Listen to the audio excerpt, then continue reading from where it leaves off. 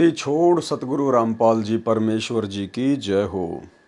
परमपिता परमात्मा सारी सृष्टि के रचनहार, कुल मालिक, असंख्य ब्रह्मांडों के स्वामी, जगत गुरु, तीनों लोकों में प्रवेश करके सब का भरण पोषण करने वाले राजाधिराज, आत्माधार, नाथों के नाथ, देवों के देव, महादेव, सर्वेश्वर, महेश्वर, मृत्युंजय, अजरो अमर, आदि अनादि, सनातनी प्रभु, जगत पिता जगदीश्वर, श्री श्री 1008 की उपाधि के वास्तविक अधिकारी, अकाल मूरत शब्द स्वरूपी राम वासुदेव, सर्वगतम ब्रह्म, परम पूज्य, प्रथम पूज्य, परम संत, परम पुरुष, परम धनी, परम दयालु, सत्य कबीर, हक्का कबीर, अल्लाहु कबीर, अल्लाहु अकबर, बाखबर, अल्लाह ताला, जगत के तारणहार, जगत के मुक्तिदाता, जगत के जगन्नाथ, हारे के सहारे, हिंदुओं के राम, मुसलमानों के अल्लाह, सिखों के वाहिगुरु, ईसाइयों के मसीह, दया के सागर दयानिधि, करुणा के सागर करुणानिधि, स्वयंभू परिभू, संकट मोचन, कष्ट हरण, मंगल करण, दुख भंजन, अविगत कबीर, निर्विकार निर्विषम परमात्मा, अलय अलेख सतगुरु, आदि अनादि सतगुरु, असली मर्यादा पुरुषोत्तम, असली राम, असली कृष्ण, असली घनश्याम, असली मुरारी, राजाओं के राजा, महाराजाओं के महाराजा, शहंशाहों के शहंशाह, सम्राटों के सम्राट, भगवानों के भगवान, अल्लाहों के अल्लाह, प्रभुओं के प्रभु, मसीहाओं के मसीह, सच्चे वाहिगुरु, बाबाओं के बाबा, पीरों के पीर, सेठों के सेठ, जगत सेठ, सावड़सा सेठ, सर्वगुण संपन्न, अनंत कोटि कलाओं के स्वामी, अनंत कोटि ब्रह्मांडों के नायक, योगियों में महायोगी, ध्यानियों में महाध्यानी, सिद्धों में परम सिद्ध, ज्ञानियों में तत्व ज्ञानी, ब्रह्म ज्ञानी, महाज्ञानी, परम ज्ञानी, सर्वश्रेष्ठ ज्ञानी, विज्ञानी, युवा कबीर, समृत कबीर, असमवात, अमित ओझा, सच्चे रहनुमा, करीम अल्लाह, सुभान अल्लाह, दुनिया के अंतिम पैगंबर। 8 सितंबर 1951 से गांव धनाना, जिला सोनीपत, हरियाणा, भारतवर्ष की पावन भूमि पे प्रकट रियल कल की भगवान श्री नारायण साकार हरि, श्री बाबा साहिब, गरीब निवाज, शब्द स्वरूपी राम, संत श्रोमणी सतगुरु रामपाल जी परमेश्वर जी के चरण कमल में साध संगति से जुड़े हुए देश विदेश से सभी सत्सेवक भाई बहनों का अनंत कोटि दंडवत प्रणाम। सत्साई भाई और बहनों, दया पूज्य गुरुदेव भगवान की, सारी सृष्टि के सर्जनहार की, जिनके विशेष आशीर्वाद से आप और हम सभी भाई बहन साथ संगति से जुड़कर अपनी आत्मा के कल्याण हेतु भक्ति मार्ग पर तत्व ज्ञान को आधार बनाकर निरंतर आगे बढ़ रहे हैं। भाई और बहनों, कबीर सागर के सरलार्थ के ऊपर वीडियो बनाने की श्रृंखला जारी है। इस श्रृंखला में आज हमारा ये 22वें नंबर का वीडियो है। प्रत्येक वीडियो में परमात्मा हमें कुछ न कुछ नया अध्यात्म से जुड़ा हुआ पाठ जरूर पढ़ाते हैं। भाई और बहनों, पिछले अध्याय में हमने राजा अमर सिंह के विषय में पढ़ा, समझा और बहुत सारी बातें जो हमें सीखने को मिलती हैं, शिक्षा देती हैं, हमने अपने ऊपर लागू करने का भी प्रयास किया और लागू करेंगे तो निश्चित तौर पर परमेश्वर आप और हमारे ऊपर दया करेंगे। हमारी तड़प, हमारी कशक, हमारी लगन हमारे निज घर सतलोक में जाने की बनेगी। भाई और बहनों, सात संगतियाँ परमेश्वर का एक विशेष मार्ग है। परमेश्वर का यथार्थ 13वां कबीर पंथ है। सात संगति से जुड़कर ही, सात संगति के सभी नियमों को फॉलो करके ही आप और हम भाई बहन भक्ति मार्ग में एक सुयोग्य भगत की भूमिका निभाते हुए आगे बढ़ सकते हैं। तो भाई और बहनों, आज का जो पार्ट है, परमेश्वर ने हमें उस पार्ट में राजा बीर सिंह बघेल के विषय में बताया है, समझाया है और राजा बीर सिंह की कथा के माध्यम से क्या क्या कमजोरियां भगत के अंदर नहीं होनी चाहिए और कितना भाव, कितनी श्रद्धा अपने गुरुदेव के प्रति भगत में होनी चाहिए, बहुत सारी बातें हम समझेंगे। वैसे राजा बीर सिंह बघेल की कथा के विषय में हम पूज्य गुरुदेव जी के मुख कमल से भी सत्संगों में अनेकों बार सुन चुके हैं, सात संगति के माध्यम से भी कई बार जिक्र हो चुका है, लेकिन परमेश्वर ने अपने कर कमल से लिखा है, इसलिए पढ़ना जरूरी है, अनिवार्य है। पढ़ने मात्र से आप और हम पुण्य के भागी मिलते हैं और जहाँ जहाँ हम भाई बहनों के मतलब का कोई विशेष टॉपिक होगा उस पर हम विशेष तौर पर ध्यान देंगे। तो भाई और बहनों, अब हम आगे बढ़ते हैं। अध्याय बीर सिंह बोध का सारांश, कबीर सागर का सरलार्थ, पेज नंबर 190। अध्याय राजा बीर देव सिंह बोध का सारांश। इस अध्याय में 3 बार में दीक्षा क्रम पूरा होने का प्रत्यक्ष प्रमाण है। कबीर सागर में अध्याय बीर सिंह बोध, पेज नंबर 97, 521 पर है। ये 8वां अध्याय है। परमेश्वर कबीर जी से धर्मदास जी ने जानना चाहा कि हे परमात्मा, आपने बताया कि काशी नगरी का नरेश वीर सिंह बघेल भी आपकी शरण में है। वह तो बहुत अभिमानी राजा था, वह कैसे आपकी शरण में आया, कृपया करके मुझ दास को बताएं। तो परमेश्वर जी ने जिंदा महात्मा के रूप में आदरणीय धर्मदास जी को क्या समझाया। परमात्मा की प्यारी आत्माओं से निवेदन है कि परमेश्वर जी के ग्रंथ की दुर्दशा कर रखी है। किन्होंने? नकली कबीर पंथियों ने, धर्मदास जी की वंश परंपरा वालों ने। इस ग्रंथ के अध्याय वीर सिंह बोध के प्रारंभ में जितने संतों का वर्णन किया गया है कि वे सब इकट्ठे होकर राजा वीर सिंह के महल के पास कीर्तन कर रहे थे, वे समकालीन नहीं थे। नामदेव जी का जन्म 1270 विक्रमी संवत 1327 में महाराष्ट्र में हुआ। परमेश्वर कबीर जी सन 1398 विक्रमी संवत 1455 में काशी नगरी में लहर तारा नामक सरोवर में कमल के फूल पर जल के ऊपर शिशु रूप में प्रकट हुए थे। परमेश्वर कबीर जी राजा वीर सिंह बघेल के समकालीन थे। ग्रंथ का नाश करने वाले ने इन संतों को मिलकर कीर्तन करते लिखा है।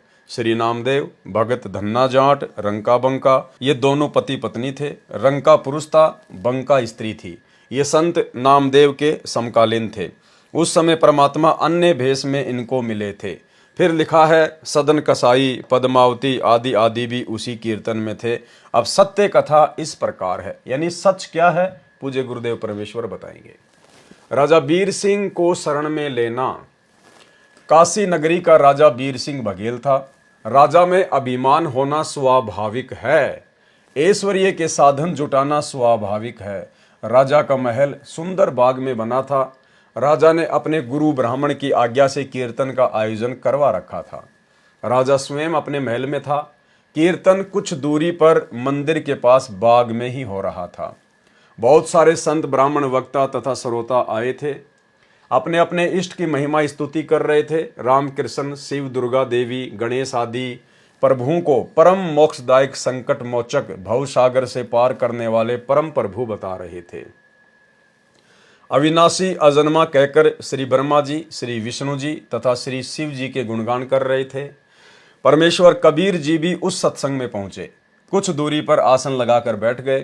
प्रवक्ता प्रवचन कर रहे थे, श्रोता झूम रहे थे। कुछ समय के पश्चात राजा के गुरु ब्राह्मण ने कहा कि हे भगत, लगता है कि आप भी सत्संग करते हो, आओ आप भी कुछ ज्ञान का प्रसाद श्रोताओं को दो। परमेश्वर कबीर जी ने कहा कि हे संत महात्माओं, आपने तो सब कुछ सुना दिया है। अब आपके ज्ञान के सामने तो सूरज को दीपक दिखाना है। मैं और क्या ज्ञान सुनाऊं। ब्राह्मण ने तथा अन्य उपस्थित भक्तों संतों ने मिलकर अनुरोध किया। परमेश्वर कबीर जी ने कहा कि मेरा ज्ञान आप सुन नहीं सकोगे, आपके कान फट जाएंगे, दिमाग की नसें सिकुड़ जाएंगी, मस्तिष्क पर त्योड़ी पड़ जाएगी, बखेड़ा खड़ा हो जाएगा, आप मेरे से झगड़ा करोगे। तो सारे पंडित और गुरुजन क्या बोले?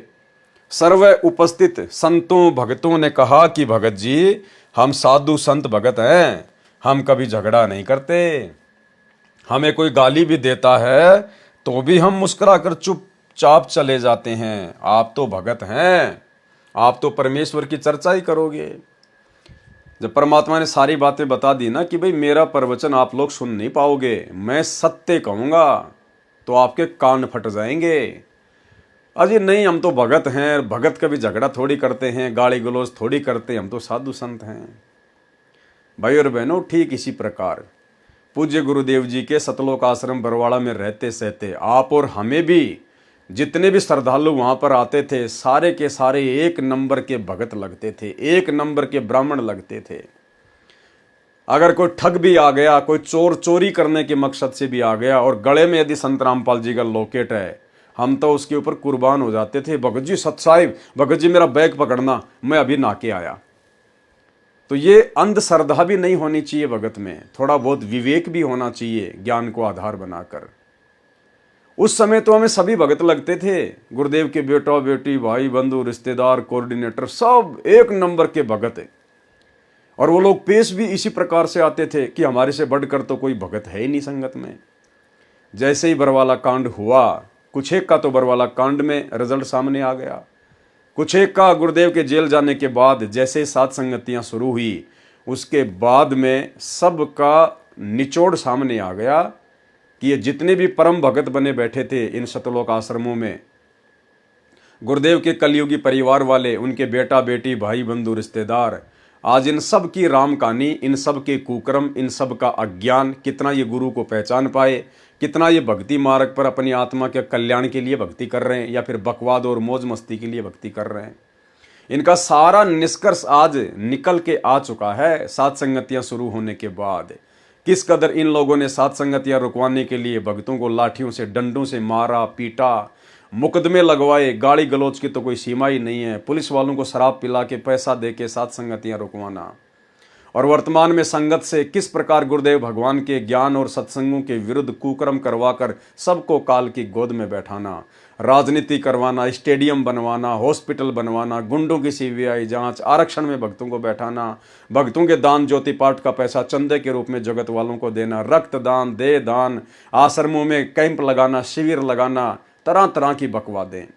तो आज इनका काला चेहरा, इनका काला चिट्ठा संगत के सामने निकल के आ रहा है कि वास्तव में हम जिनको परम भगत समझा करते थे, गुरुदेव के परिवार वालों को, इन कोऑर्डिनेटरों को, इनको तो गुरुदेव के तत्व ज्ञान की छींट भी नहीं है। तो ठीक इसी प्रकार जब कबीर परमेश्वर जी ने एक संत रूप में उन पंडितों से कहा कि भाई मेरा सत्संग आप सुन नहीं पाओगे, तो उन सब ने क्या कहा? सर्व उपस्थित संतों भगतों ने कहा कि भगत जी हम साधु संत भगत हैं, हम कभी झगड़ा नहीं करते, हमें कोई गाली भी देता है तो भी हम मुस्कुराकर चुप रहकर चले जाते हैं। आप तो भगत हैं, आप तो परमेश्वर की चर्चा ही तो करोगे। करनी तो चर्चा ही थी, लेकिन भाई वो सत्य चर्चा थी, और सत्य चर्चा चाहे भगत हो चाहे जगत हो, जो काल प्रेरित होता है उसको अच्छी नहीं लगती। हम वादा करते हैं कि आपसे कोई झगड़ा विरोध नहीं करेंगे। परमेश्वर कबीर जी ने कहा, परमेश्वर कबीर वचन। अब परमेश्वर ने तो अपना वही तत्व ज्ञान देना था, अपना वही सृष्टि रचना का ज्ञान, यथार्थ ज्ञान जो वेद गीता कुरान पुराण में है। हरि ब्रह्मा शिव शक्ति उपाई, इनकी उत्पन्न कहूं बुझाई। ये जो तुम्हारे ब्रह्मा विष्णु महेश हैं, आदि शक्ति दुर्गा है तुम्हारी नजरों में, अब मैं आपको इनकी उत्पत्ति की कहानी बताता हूं। तुम जिनको अजरो अमर कह के अभी इनकी प्रशंसा कर रहे थे। बिना भेद सब फूले ज्ञानी, ताते काल बांधी जीवतानी। कि तुम तो बिना भेद के, बिना शास्त्रों की जानकारी के, बिना तत्व ज्ञान के खाली भौंक रहे हो। अजर अमर है देश सुहेला, सोवे कही पंथ दुहेला। आगे परमात्मा ने इनका सरलार्थ किया हुआ है। ताका मरम भगत नहीं जान्या, कृत्रिम कर्ता से मन माना। हम तो अगम देश से आए, सत्य नाम सौदा हम लाए। साखी कृत्रिम रस रंग भेद दिया, वह तो पुरुष है न्यार। तीन लोक के बाहिरे, पुरुष सो रहत निनार। प्रथम अर्जुन को बल दीन्या, पीछे सब बल हर लीन्या। कि इस काल ने पहले तो अर्जुन को शक्ति दे दी, महाभारत का युद्ध करवाना था। और महाभारत के युद्ध के बाद, श्री कृष्ण जी की मृत्यु के बाद, जब गोपियों के लेकर अर्जुन आ रहा था तो उसका सारा बल छीन लिया। कृष्ण ने जब त्यागी देही, भील बालिया बदला लेही। अर्जुन तब गोपियां लेवाए, आगे खड़े भील बहु पाए। भीलों घेरा अर्जुन का दीन्या, मारा पीटा गोपियन लीन्या। गांडीव लिए अर्जुन रोवे, चला नहीं धनुष कारण टोवे। कि ये धनुष क्यों नहीं चल रहा, जिस धनुष से मैंने महाभारत में लाखों मार दिए। कृष्ण को अर्जुन कोशे, कृष्ण छलिए के मरे भरोसे। महाभारत में जब नाश करवाया, गांडीव धनुष से सब मार गिराया। आज वह गांडीव हाथ ने उठाया, भीलों ने जब जी भरकर कुटिया। भीलों ने अर्जुन को ढंग से कुटाई करी उसकी, और वो गांडीव धनुष महाभारत में जिससे लाखों मार दिए थे अर्जुन ने, वो उठाया भी नहीं जा रहा था। काल ने सारा बल वापस खींच लिया अपना। रामचंद्र ने बाली मारा, वृक्ष ओट ले कह करतारा। तुम उसको भगवान कहते हो जो पेड़ की ओट लेकर धोखे से, और जिसने बाली को मारा। सब भूले हो बिना विवेका, बिना तत्व ज्ञान के तुम सब भूल में हो। हम राम कृष्ण मरते देखा, मरे ब्रह्मा विष्णु महेशा। साथ है नारद सारद शेषा, मरे ज्योति निरंजन अभिमानी। साथ मरे तुम्हारी आदि भवानी।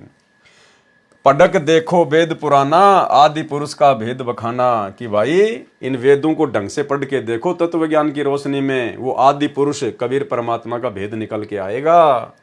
पुराण कहे तीनों मरही, बार बार जन्मे गर्भ में परी। तुम्हारे खुद के पुराण कह रहे हैं कि ब्रह्मा विष्णु महेश बार बार मरते हैं और जन्म लेते हैं। तुम ये ज्ञान कहां से लाए, ब्रह्मा विष्णु अमर बताए। कबीर अक्सर पुरुष एक पेड़ है, निरंजन वहां की डार। तीनों देवा शाखा हैं, पात रूप संसार। त्रिदेवा ब्रह्मा विष्णु शिव, शाखा भये पात रूप संसार। रजगुण ब्रह्मा, सतगुण विष्णु, तम गुण शंकर कहलावे रे। चौथे पद का भेद नियारा, कोई बिरला साधु पावे रे। चौथा पद यानी इस काल के विषय में भी कोई बिरला ही जान पाता है, अन्यथा इस काल की जानकारी भी यहाँ के बड़े बड़े शंकराचार्यों को नहीं है। तीन देव को सब कोई ध्यावे, चौथे पद का मर्म न पावे। ब्रह्मा विष्णु महेश को तो सब जानते हैं, लेकिन चौथा जो काल है उसका तो कोई बिरला ही भेद निकाल सकता है। चौथा छोड़ पंचम को दावे, उस चौथे काल निरंजन को छोड़कर हमने तो पांचवे की भक्ति करनी है। कहे कबीर वह हम पर आवे। पांचवा कौन है? कबीर परमात्मा। तीन तो हो गए ब्रह्मा विष्णु महेश, चौथा हो गया ये काल, और पांचवा परम अक्षर ब्रह्म परमात्मा कबीर देव। तीन गुणों की भक्ति में भूल पड़े संसार, कहे कबीर निज नाम बिना कैसे उतरो पार। तीन देव की जो करते भक्ति, उनकी कभू ना होवे मुक्ति। जब तीनों देव ब्रह्मा विष्णु महेश की खुद की ही मुक्ति नहीं है, तो भला इनकी भक्ति करने से आम प्राणियों की मुक्ति कैसे हो जाएगी। कबीर ओंकार नाम है काल का, ये जो ओम मंत्र है ये इस काल का है। याकू करता मत जान, इसी को भगवान मत मानो। साचा शब्द कबीर का, पर्दे माही पहचान। सच्चे सतगुरु की शरण में आके तत्व ज्ञान लेके फिर पहचान कर कि वास्तव में परमात्मा कौन है। तीन लोक सब राम जपत है, जान मुक्ति को धाम। रामचंद्र वशिष्ठ गुरु कियो, तिनको सुनायो ओम नाम। तीनों लोकों के प्राणी तो जो है श्री रामचंद्र जी का नाम लेके राम राम राम राम करके ही अपनी मुक्ति समझ रहे हैं कि राम राम राम राम की माला फेरने से हमारी मुक्ति हो जाएगी। परमात्मा कहते हैं उस तुम्हारे श्री रामचंद्र जी ने खुद ओम नाम का जाप किया था आजीवन, वशिष्ठ मुनि से उपदेश लेकर। यानी तुम्हारे रामचंद्र जी ने तो ओम नाम का जाप किया, और तुम खाली राम राम राम राम राम राम करके मुक्ति चाह रहे हो। कभी जिंदगी में नहीं मिलेगी। अगर गुरु और शिष्य के पेट में दर्द है तो गोली एक ही खानी पड़ेगी। राम कृष्ण अवतार हैं, इनका नहीं संसार। जिन साहब संसार रचा, सो कीन न जान्यो नार। ये राम और कृष्ण जो हैं ये अवतार हैं, भगवान नहीं है। इन्होंने संसार की रचना नहीं की है। और जिस साहब ने, जिस परमेश्वर ने संसार को रचा है, सो कीने न जान्यो नार, उसको तो किसी ने पहचाना भी नहीं है। चार भुजा के भजन में भूल पड़े सब संत। चार भुजा ब्रह्मा विष्णु महेश की चार चार भुजा हैं, ये अपनी चार चार भुजा बना सकते हैं। कहते हैं सारा संसार इन्हीं की भक्ति में उलझा हुआ पड़ा है। कबीर सुमरे तास को जाकी भुजा अनंत। कबीर परमात्मा कहते हैं हम तो उसकी भक्ति करते हैं जिसकी अनंत भुजाएं हैं। अपने आप को छुपाते हुए परमात्मा ने सत्संग किया। वशिष्ठ मुनि से त्रिकाली योगी, शोध के लगन धरे। और सीता हरण मरण दशरथ का, बण बण राम फिरे। वशिष्ठ जी जो कि श्री रामचंद्र जी के गुरु थे, गुरुदेव ने बताया जब रामचंद्र जी की शादी थी तो वशिष्ठ मुनि ने बीच में टांग अड़ा दी जबरदस्ती अपनी महिमा बनाने के लिए, और कहा कि वर्तमान में जो शादी हो रही है ना, ये नक्षत्र सही नहीं है, ये मुहूर्त सही नहीं है। अब मैं जो मुहूर्त निकालूंगा उस मुहूर्त में यदि श्री राम और सीता की शादी होगी, लक्ष्मण और उर्मिला की शादी होगी, तो कभी भी इनके जीवन में कोई संकट नहीं आएगा, सुख में जीवन रहेगा। और वशिष्ठ ऋषि को त्रिकालदर्शी माना जाता है, भूत भविष्य वर्तमान की जानने वाला। तो गुरुदेव कह रहे हैं कि 3 दिन तक वो शादी लेट कर दी गई। 3 दिन तक बारात वहीं पे रुकी रही, क्योंकि वशिष्ठ मुनि ने कहा कि 3 दिन आगे का मुहूर्त है, उसके बाद में इनके फेरे होंगे। और वहीं से जो पहले के समय में बारात 3 दिन तक रुका करती थी, आज से 30-40 साल पहले जब भी कोई शादी होती थी तो बारात को 3 दिन तक रोकने का एक रिवाज था। ये बारात को 3 दिन तक रोकने का रिवाज त्रेता युग से शुरू हुआ है। वशिष्ठ मुनि के मुहूर्त के कारण, जिसने 3 दिन आगे का मुहूर्त निकाल दिया था। उसके बाद में फिर आगे चलकर बारात को ससुराल में 3 दिन तक रोका जाता था। अब जाके इस कुप्रथा से पीछा छूटा है। और उसके बाद में क्या हुआ? उसके बाद में सीता हरण मरण दशरथ का, और वो बन बन राम फिराए। सबसे ज्यादा दुर्गति त्रेता युग में यदि किसी की हुई वशिष्ठ के द्वारा शुभ मुहूर्त निकालने के बावजूद, तो श्री रामचंद्र सीता और लक्ष्मण की हुई। समुद्र पाट लंका गया सीता का भरतार, ताही अगस्त्य ऋषि पी गयो इनमें कौन करतार। अब कहते हैं तुम तो श्री रामचंद्र जी को केवल इसी बात के लिए भगवान मान रहे हो कि उन्होंने अपनी पूरी सेना को समुद्र के ऊपर से पुल बना के और लंका में पहुंचा दिया था। परमात्मा कहते हैं वो पुल भी किसने बनाया था, वो भी जब हमारे सत्संग सुनोगे तब पता चलेगा। कहते हैं तुम तो खाली इसी एक छोटा सा एक वो पुलिया बना देने के कारण श्री रामचंद्र जी को भगवान मान बैठे। समुद्र के ऊपर तो आजकल के इंजीनियर श्री रामचंद्र जी से भी 100 गुना बढ़िया बढ़िया जो है वो पुलिये बना रहे हैं। तो क्या वो इंजीनियर भगवान हो गए क्या? और अगस्त्य ऋषि जिसने एक घूंट में 7 समुद्र पी लिए थे, इसका मतलब फिर वो तो तुम्हारे रामचंद्र से भी बहुत बड़ा भगवान हो गया। तो गुरुदेव कहते हैं इन अवतारों को भगवान मानने का जो पैमाना तुमने सेट कर रखा ना, ये तुम्हारा गलत है। गोवर्धन श्री कृष्ण धार्यो द्रोणागिरी हनुमंत, शेष नाग सब सृष्टि उठायो इनमें कौन भगवंत। काटे बंधन विपत में कठिन कियो संग्राम, चीनो रे नर प्राणियों गरुड़ बड़ो के राम। कहे कबीर चित चेतु शब्द करो निरुवार, श्री रामचंद्र को करता कहें भूली पड़ो संसार। जिन राम कृष्ण निरंजन किया सो तो करता न्यार, अंधा ज्ञान न बूझ ही कहे कबीर विचार। मुझदास रामपाल दास पर परमेश्वर कबीर जी की कृपा हुई है, यानी गुरुदेव भगवान अपने आप को छुपा रहे हैं, बाकी स्वयं ही कबीर परमात्मा है। आप और हमें तो अब अच्छी प्रकार से समझ में आ गया है। इसी संदर्भ में कुछ वाणी रची हैं जो निमन है। प्रकरण यही चल रहा है, इसलिए ये वाणी लिख रहा हूं। यही ज्ञान परमेश्वर कबीर जी ने उपस्थित व्यक्तियों को सुनाया था। अब गुरुदेव भगवान कह रहे हैं कि उस समय जब परमात्मा को सत्संग करने का मौका दिया गया तो परमात्मा ने ये का ये ज्ञान सुनाया था, क्योंकि सुनाने वाले कौन थे? स्वयं सतगुरु रामपाल जी परमात्मा। तो परमेश्वर ने यही ज्ञान सुनाया था जो वाणियां अब वर्तमान में गुरुदेव भगवान ने अपनी तरफ से लिखी हैं, यानी हमारे पूज्य गुरुदेव सतगुरु रामपाल जी ने अपनी तरफ से ये वाणियां बनाई हैं। हमारे पूज्य गुरुदेव के द्वारा ये वाणियां बनाई गई हैं और बहुत ही मीठी और प्यारी ये वाणियां हैं। बहुत ही सरल तरीके से समझाया परमात्मा ने। युद्ध जीत कर पांडव खुशी हुए अपार, इंद्रप्रस्थ की गद्दी पर युधिष्ठिर की सरकार। महाभारत का युद्ध हुआ, पांडवों की जीत हुई और दिल्ली की गद्दी, यानी इंद्रप्रस्थ कहा जाता था पहले दिल्ली को, तो दिल्ली की गद्दी पर युधिष्ठिर की सरकार बन गई। एक दिन अर्जुन पूछता सुन कृष्ण भगवान, एक बार फिर से सुना दियो वो निर्मल गीता का ज्ञान।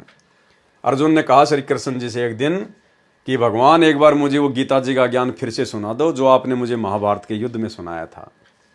घमासान युद्ध के कारण भूल पड़ी है मोहे, ज्यों का त्यों कहना भगवान तनिक न अंतर होए। कि उस समय तो भयंकर नगाड़े बज रहे थे, शोर शराबा था, युद्ध हो रहा था, अग्निबाण छूट रहे थे। भगवान मेरे ज्यादा कुछ समझ में नहीं आ पाया, आप एक बार फिर से वही ज्ञान मुझे वैसा का वैसा सुना दो। ऋषि मुनि और देवता सबको रहे तुम खाए, कि आप ऋषि मुनि देवता सबको आपने जो मुझे अपना विराट रूप दिखाया था ना, काल रूप, आप तो सभी देवी देवताओं को, ऋषि मुनियों को जो आपकी भक्ति कर रहे थे उनको भी आप खा रहे थे, आपके मुंह में जा रहे थे। इनको भी नहीं छोड़ा आपने, रहे तुम्हारा ही गुण गाए। भगवान वो तो आपकी भक्ति कर रहे थे और आप तो उनको भी खा रहे थे। कृष्ण बोले अर्जुन से ये गलती क्यों कीन। अब श्री कृष्ण जी ने कहा, रे अर्जुन तेने ये गलती क्यों कर दी भाई, ऐसा निर्मल ज्ञान तेरी बुद्धि में क्यों नहीं समाया, तू भूल क्यों गया, ऐसे निर्मल ज्ञान को भूल गया बुद्धिहीन। अब मुझे भी कुछ याद नहीं, भूल पड़ी नादान, जो का त्यों उस गीता का मैं नहीं कर सकता गुणगान। इसका मतलब वो ज्ञान श्री कृष्ण जी ने नहीं बोला था, अन्यथा श्री कृष्ण जी ने बोला होता तो वो तो फिर से सुना देता, कौन सी बड़ी बात है, ऐसा का ऐसा वो तो फिर से सुना देता। लेकिन आप सबको अब मालूम हो गया है, जगत की दृष्टि में तो वो काल ने ज्ञान दिया था, लेकिन असल में कबीर परमात्मा सतगुरु रामपाल जी ने ही पूरी लीला रची थी। स्वयं श्री कृष्ण को याद नहीं और अर्जुन को धमकावे, बुद्धि काल के हाथ है चाहे त्रिलोकी नाथ कहावे। ज्ञानहीन प्रचार का ज्ञान कथे दिन रात, जो सर्वे को खाने वाला कहे उसी की बात। सब कहें भगवान कृपालु हैं, कृपया करे दयाल, जिसकी सब पूजा करें वह स्वयं कहे मैं काल। मारे खावे सबको वह कैसा कृपाल, कुत्ते गधे सुअर बनावे है फिर भी दीन दयाल। बाइबल वेद कुरान है जैसे चांद प्रकाश, सूरज ज्ञान कबीर का करे तिमिर का नाश। रामपाल साची कहे करो विवेक विचार, सतनाम व सार नाम यही मंत्र है सार। कबीर हमारा राम है वो है दीन दयाल, संकट मोचन कष्ट हरण गुण गावे रामपाल। ब्रह्मा विष्णु शिव हैं तीन लोक प्रधान, अष्टंगी इनकी माता है और पिता काल भगवान। 1 लाख को काल नित खावे सीना ताण, ब्रह्मा बनावे विष्णु पाले शिव कर दे कल्याण। अर्जुन डर के पूछता है यह कौन रूप भगवान, कह निरंजन में काल हूं सबको आया खान। ब्रह्म ज्ञान इसी का है वेद करे गुणगान, जन्म मरण 84 ये इसका संविधान। 4 राम की भक्ति में लग रहा संसार, 5वें राम का ज्ञान नहीं जो पार उतारन हार। ब्रह्मा विष्णु शिव तीनों गुण है, दूसरा प्रकृति का जाड़, लाख जीव नित भक्षण करे राम तीसरा काल। अक्षर पुरुष है राम चौथा जैसे चंद्रमा जान, 5वां राम कबीर है जैसे उदय हुआ भान। राम देवानंद गुरु जी कर गए नजर निहाल, सतनाम का दिया खजाना बरते रामपाल। परमेश्वर गुरु को महत्व देते हुए अपने आप को गुरु से छोटा सिद्ध कर रहे हैं, यानी परमेश्वर लीला कर रहे हैं गुरु शिष्य परंपरा का निर्वाह करते हुए। अन्यथा सतगुरु रामपाल जी स्वयं कबीर परमात्मा हैं, जगत गुरु हैं, इनको कोई गुरु बनाने की आवश्यकता नहीं होती है। लेकिन सांसारिक दृष्टि में भक्ति मार्ग को आगे बढ़ाने के लिए परमेश्वर ने 17 फरवरी 1988 को आदरणीय राम देवानंद जी को, जिन्हें हम अपना दादा गुरु जी कहते हैं, उनको अपना मुंह बोला गुरु बनाया था। परमेश्वर कबीर जी के उपरोक्त सत्य ज्ञान को सुनकर सर्व श्रोता आश्चर्यचकित रह गए। जो वक्ता थे वे जल भुन गए। एक तो राजा का ब्राह्मण गुरु था, वह राजा के पास गया और राजा से कहा कि हे राजन, हम जिन ब्रह्मा विष्णु शिव ब्रह्मा हरि हर को परमात्मा अविनाशी मानते हैं, कबीर जुलाहा कह रहा है कि ये नासवान हैं, इनकी भक्ति करने से मुक्ति नहीं हो सकती। ब्रह्मा विष्णु शिव का पिता काल है जिसने श्री कृष्ण जी में प्रवेश करके गीता का ज्ञान दिया है। इनकी माता दुर्गा है, इन सबसे शक्तिमान अन्य परमेश्वर है जो कभी जन्मता मरता नहीं। जो आप पत्थर की मूर्ति को प्रभु मानकर पूजते हो, यह एक कारीगर द्वारा निर्मित है। बनाते समय कारीगर ने इसकी छाती पर पैर रखकर छैनी और हथौड़े मारकर आकार दिया है। इसका रचनहार निर्माता कारीगर है। यह बनावटी देव किसी काम का नहीं। क्या कभी इस मूर्ति भगवान ने आपसे बातें की है? क्या किसी कष्ट का समाधान बताया है? ठीक इसी प्रकार भाई और बहनों, जो गलती उस समय राजा वीर सिंह बघेल उन पत्थर की मूर्तियों को भगवान मानकर पूज रहा था, ठीक वही गलती वर्तमान में इतना तत्व ज्ञान देने के बावजूद भी सतगुरु रामपाल जी परमेश्वर जी का कलयुगी परिवार और उस परिवार के पीछे अंधी होकर चल रही शतलोक आश्रमों में जाने वाली 90% संगत वही राजा वीर सिंह बघेल वाली भूमिका निभा रही है। सतगुरु रामपाल जी परमेश्वर जी के धरती पर प्रकट रहते सहते उनको ना पहचान कर और कबीर भगवान एक डाडी मूछ वाली कबीर जी की समझे जाने वाली उस मुर्दा फोटो को मान रहे हैं। प्रतिवर्ष जून के महीने में सारी संगत इन आश्रमों में जाकर उस डाडी मूछ वाली मुर्दा फोटो को, उस कागज के टुकड़े को जो ना चलता ना बोलता ना फिरता ना सत्संग करता ना नाम दीक्षा देता ना कोई शंका समाधान करता, उस कागज के टुकड़े को कबीर मानकर उसका प्रकट दिवस मना रहे हैं। राजा वीर सिंह वाली अंधता आज वर्तमान में 90% संगत कर रही है। मूर्ति कूटी पत्थर की बनाई, कारीगर छाती दे पाही, भक्ति ज्ञान योग का भेवा, तीर्थ व्रत जब तब सब सेवा। सबको काल जाल बतावे, जो कोई करे नरक में जावे। राजा ने एक छड़ीदार अर्थात सिपाही को कबीर जी को बुलाने के लिए भेजा। सिपाही ने कहा कि हे संत जी, आपको राजा ने बुलाया है। परमेश्वर कबीर जी ने कहा, परमेश्वर कबीर वचन। अब गुरुदेव भगवान ने क्या कहा? कहे कबीर बचन स्थाई, के ही कारण मोई राय बुलाई। कि भाई क्या कारण है? जो राय अर्थात राजा ने मुझे बुलवाया है। ना हम पंडित ना प्रधाना, ना ठाकुर चाकर ते ही जाना। ना मैं कोई पंडित हूं, ना कोई प्रधान हूं, ना कोई ठाकुर हूं, ना तुम्हारे राजा का कोई नौकर हूं। ना हम बिराना देश बसावें, ना मैंने राजा से कोई देशद्रोह किया, ना मैंने कोई विद्रोह किया कि मैं कोई नया कोई देश बसाना चाहता हूं। ना हम नाटक चेटक लावें, पैसा दमरी नाई हमारे, के ही कारण मोई राय हंकारे। गरज होए तो यहाँ चली आवे, राजा को आवश्यकता है तो यहाँ चल के आ जाएगा। हम तो बैठे भजन करावें, साखी छड़ीदार तुम जाए कह, कहो राय के पास, महाप्रचंड बघेल है, हम नहीं मानत त्रास। भावार्थ, परमेश्वर कबीर जी ने कहा कि मेरे को राजा से कोई काम नहीं है। यदि राजा को आवश्यकता है तो यहां आ जाए।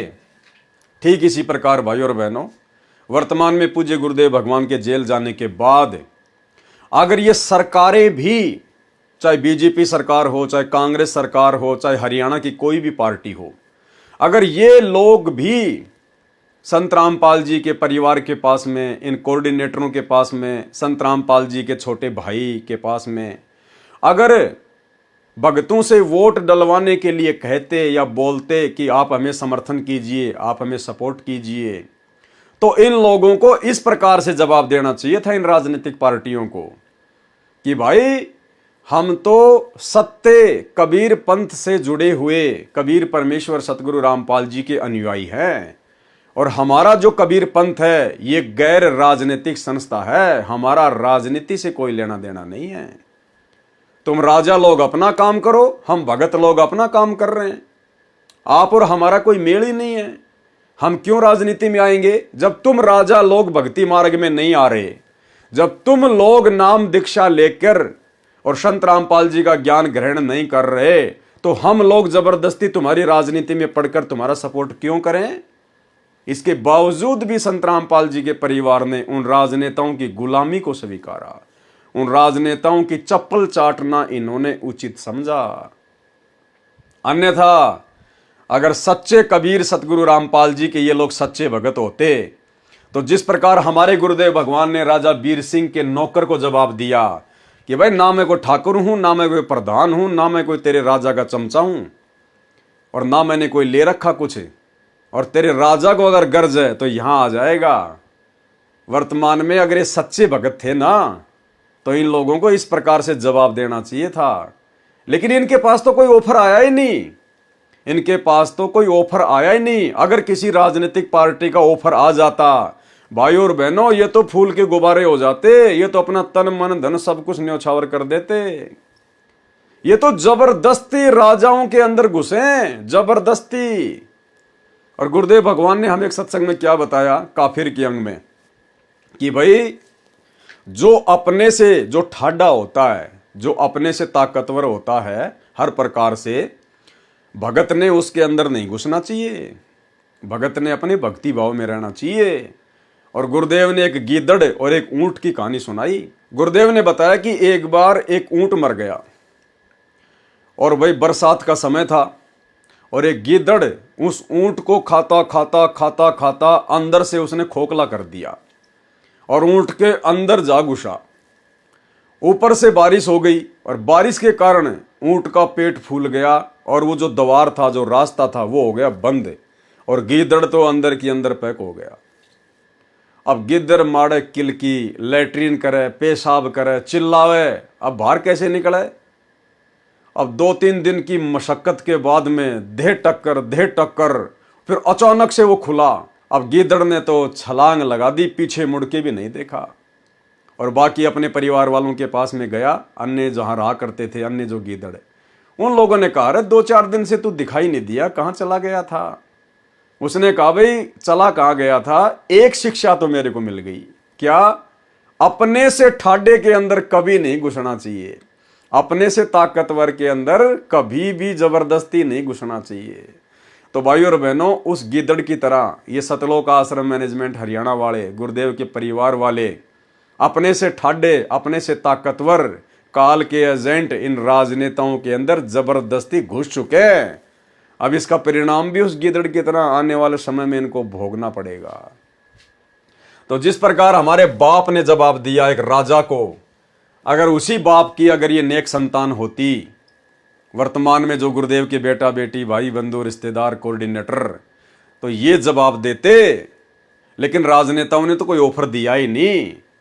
ये तो जबरदस्ती राजनेताओं से ऑफर ले रहे हैं, जबरदस्ती अपने आश्रम चलाने के लिए। इनको इतना डर है, इतना भय है कि यदि हमने सरकार का सपोर्ट नहीं किया, बीजेपी का, तो हमारे आश्रम नहीं चलेंगे। इनको भगवान पे भरोसा नहीं है, इनको अपने गुरु पे भरोसा नहीं है, क्योंकि गुरु पे तो भरोसा उस समय होगा जब गुरु का आदेश होगा आश्रम खोलने का। इन्होंने तो राजनेताओं को अपना बाप बना रखा है, इनको तो राजनेताओं की चापलूसी करनी है, धंधा करना अपना। परमेश्वर कबीर जी ने कहा कि मेरे को राजा से कोई काम नहीं है, यदि राजा को गरज अर्थात आवश्यकता है तो यहां आ जाएगा। न तो मैं पंडित हूं, न राजा का नौकर हूं, न ठाकुर, न कोई भिन्न देश बना रहा हूं, यानी ना मैं कोई देशद्रोही हूं, न मैं कोई जादू जंतर चेटक टूणे टोटके करने वाला। मुझे किस कारण से राजा ने बुलाया है, हम नहीं जाते।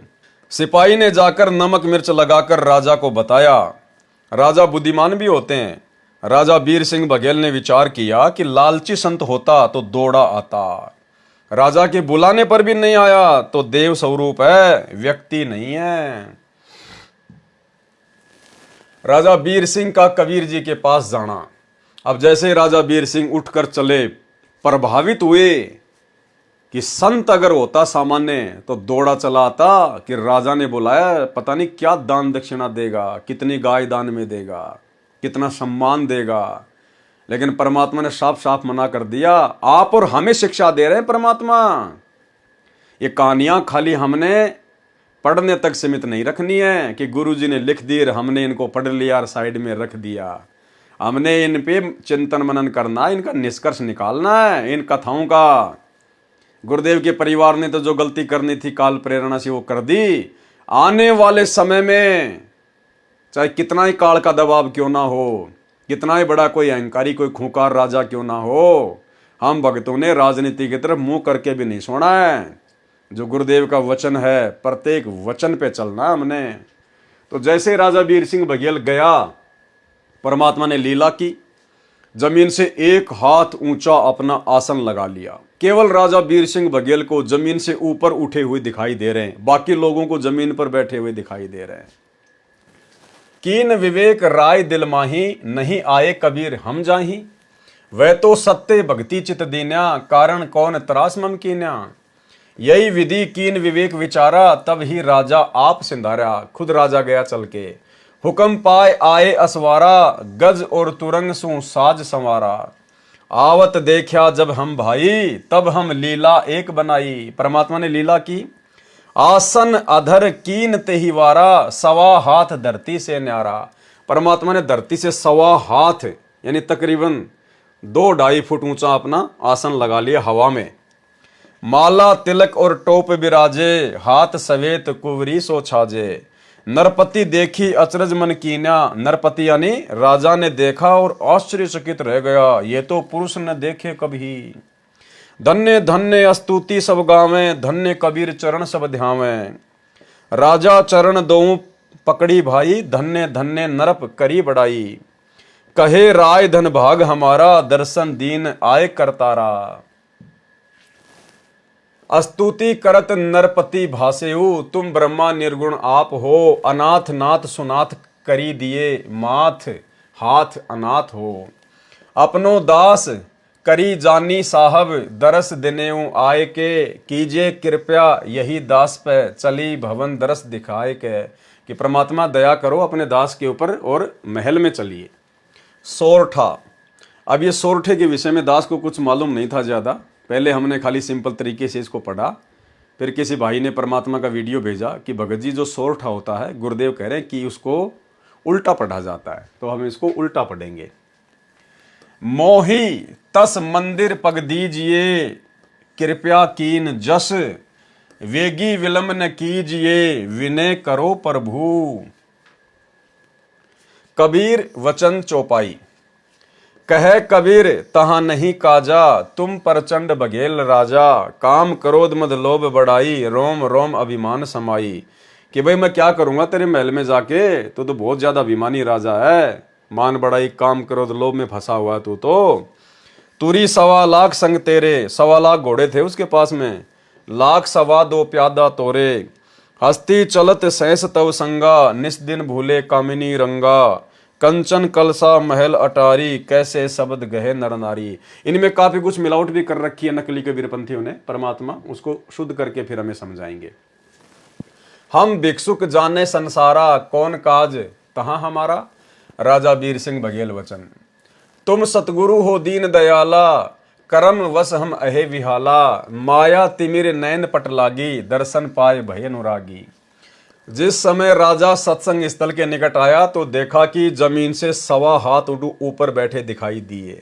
ये लीला देखकर राजा समझ गया कि परमात्मा है, कोई सामान्य संत नहीं है। राजा ने घर चलने की विनती की, पहले तो मना किया, परंतु राजा के विशेष आग्रह करने पर परमेश्वर कबीर जी सहर्ष राजा के साथ चल दिए। राजा ने सम्मान के साथ कबीर परमेश्वर को और अपने गुरु ब्राह्मण को भी आदर के साथ कबीर जी के समान आदर सत्कार दिया।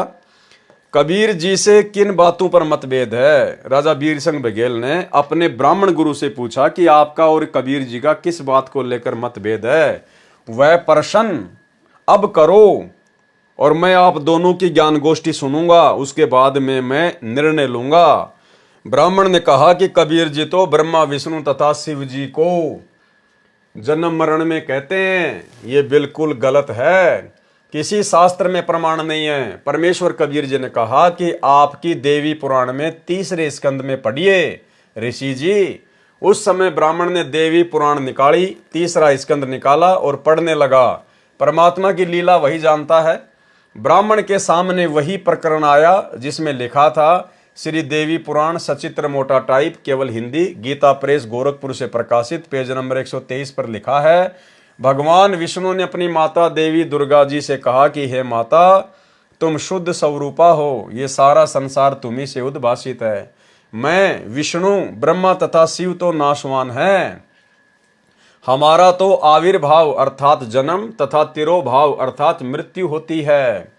भगवान शिव बोले, हे माता, यदि ब्रह्मा तथा विष्णु का जन्म आपसे हुआ है तो मैं तमोगुणी लीला करने वाला शंकर क्या तुम्हारी संतान नहीं हुआ, अर्थात मेरे को जन्म देने वाली तुम ही हो। लेख समाप्त।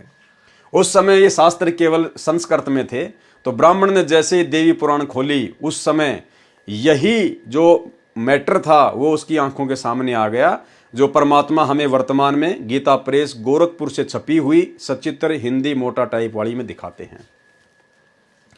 श्री देवी पुराण में यह प्रकरण देखकर ब्राह्मण के चेहरे का रंग उतर गया, परंतु मन में सोचा कि मना कर देता हूं कि ऐसा कहीं नहीं लिखा है। परमात्मा अंतर्यामी थे, जान गए।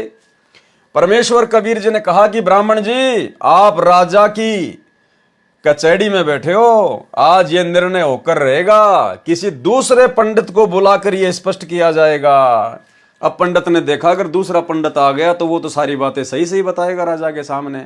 तो पंडित ने सोचा क्यों ना मैं ही सच सच बता दूं। तो पंडित की मजबूरी हो गई राजा के सामने सच बताने की, अन्यथा वो ब्राह्मण गुरु तो राजा वीर सिंह को भ्रमित करने वाला था।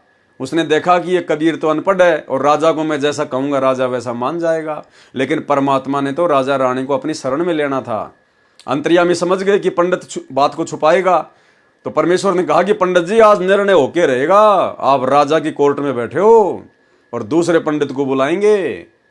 तो वो पंडित जो है वो डर गया ब्राह्मण कि अगर मैंने झूठ बोल दिया और दूसरे पंडित ने सही बता दिया तो आज मेरी खैर नहीं है।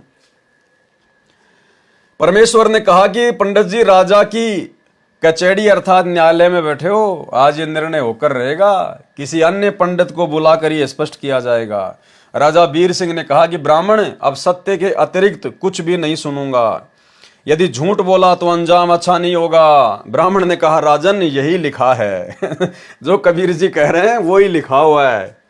ब्रह्मा विष्णु तथा शिव जी नासवान हैं, इनके माता पिता हैं। ये चर्चा रानी मानक देई भी सुन रही थी। राजा वीर सिंह बघेल की जो रानी थी मानक देई, वो भी बैठी बैठी सुन रही थी। राजा रानी ने परमेश्वर कबीर जी से उपदेश लिया, ब्राह्मण ने भी परमात्मा से दीक्षा ली, सब कर्म कांड त्याग दिया। परमात्मा ने राजा रानी तथा पुरोहित को प्रथम मंत्र दिया। पाठकों से निवेदन है कि कबीर सागर ग्रंथ में उआबाई भर रखी है। ये दशा कबीर पंथी ज्ञानहीनों ने की है, धर्मदास जी की वंश परंपरा वालों ने की है, जिन्होंने ब्राह्मण के स्थान पर नामदेव जी से वार्ता लिखी है। प्रत्यक्ष प्रमाण आप वीर सिंह बौद्ध के पेज 105 पर वाणी में देखिए। राजा शिकार करने चला तो 1.25 लाख पैदल सेना चली, हाथी घोड़े बहुत बाहर निकाले, भाट लोग गीत गाते चले, बैंड बाजे बजाते चले। विचार करें, शिकार करने राजा के साथ 200 या 300 सैनिक जाते थे। यथार्थ कथा इस प्रकार है। अब गुरुदेव भगवान बताएंगे कि वो सत्य कथा क्या है। राजा रानी को प्रथम मंत्र देकर परमेश्वर कबीर जी चले गए।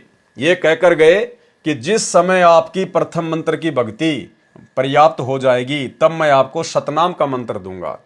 वह 2 अक्षर का होता है। परमेश्वर कबीर जी सतनाम देने के लिए आए। उस समय राजा वीर सिंह शिकार पर जाने के लिए तैयार था। गुरु जी के आने पर उनसे भी कहा कि आप भी हमारे साथ चलो। राजा वीर सिंह कह रहा है कि परमात्मा आप भी हमारे साथ में शिकार पर चलो। परमेश्वर कबीर जी ने कहा कि मेरे को साथ लेकर चलोगे तो आपको कोई शिकार नहीं मिलेगा। राजा नहीं माना, यानी अपने गुरु की बात को राजा वीर सिंह ने नहीं माना और आग्रह करके हाथी पर बैठाकर अपने साथ ले चले। जंगल में एक स्थान पर पड़ाव डाला। शिकार के लिए अपने टेंट से 40 मील दूर जंगल में चले गए। गर्मी का मौसम था। दिन के 12 बजे राजा तथा सैनिकों और घोड़ों को प्यास लगी। प्यास से प्राण निकलने को हो गए। राजा ने इधर उधर सैनिक दौड़ाकर जल की खोज की, परंतु व्यर्थ।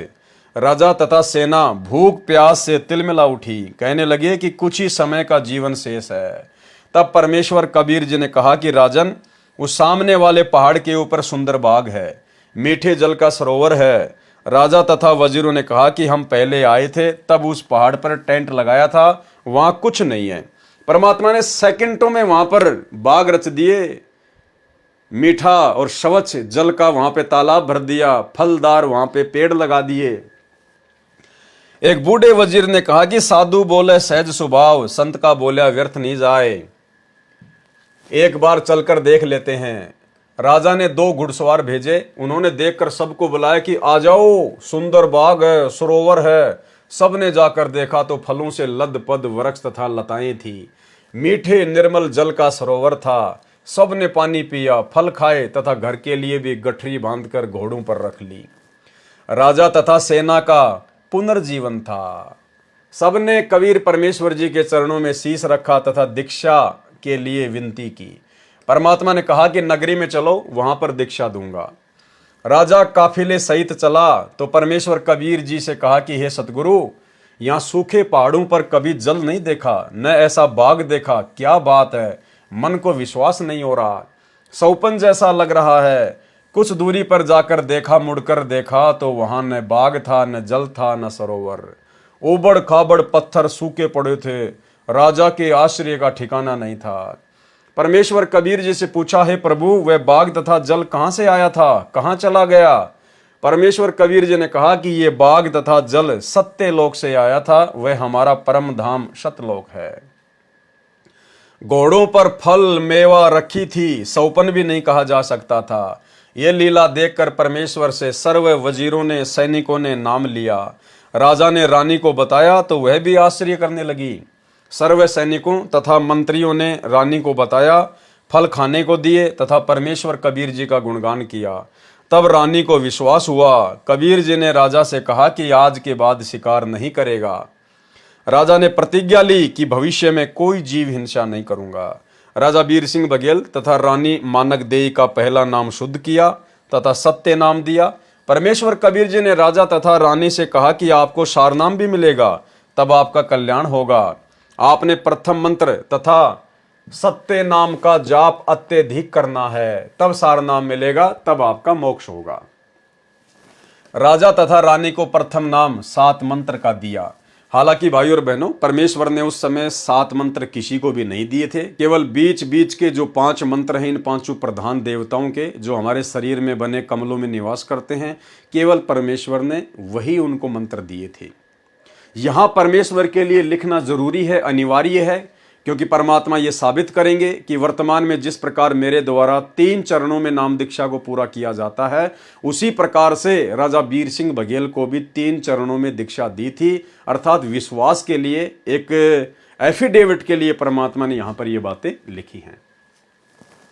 प्रमाण कबीर सागर के अध्याय बीर सिंह बोध के पेज नंबर 113 पर कबीर वचन, करी चौका तब नारियल मोरा, करी आरती भयो पुनि भोरा, तिनका तोरी पान लिख दे हूं, रानी राय अपना कर ले हूं।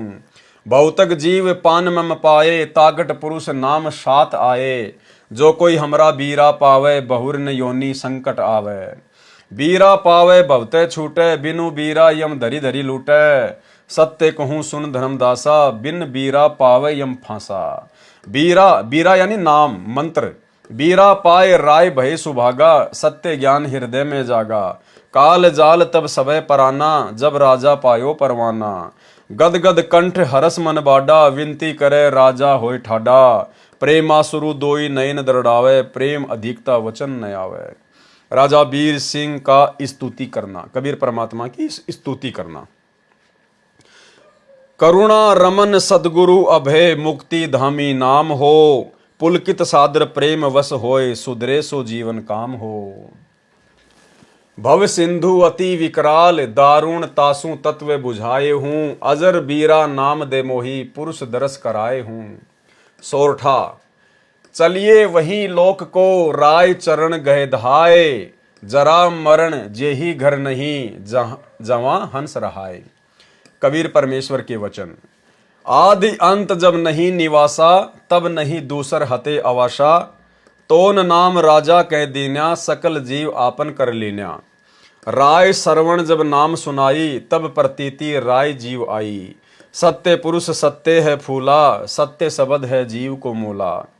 सत्य दीप सत्य है लोका, नहीं शोक जहाँ सदा अशोका। सत्य नाम जीव जो पावे, सोई जीव तेहि लोक समावे। ऐसो नाम सुहेला भाई, सुनत ही काल जाल नसी जाई।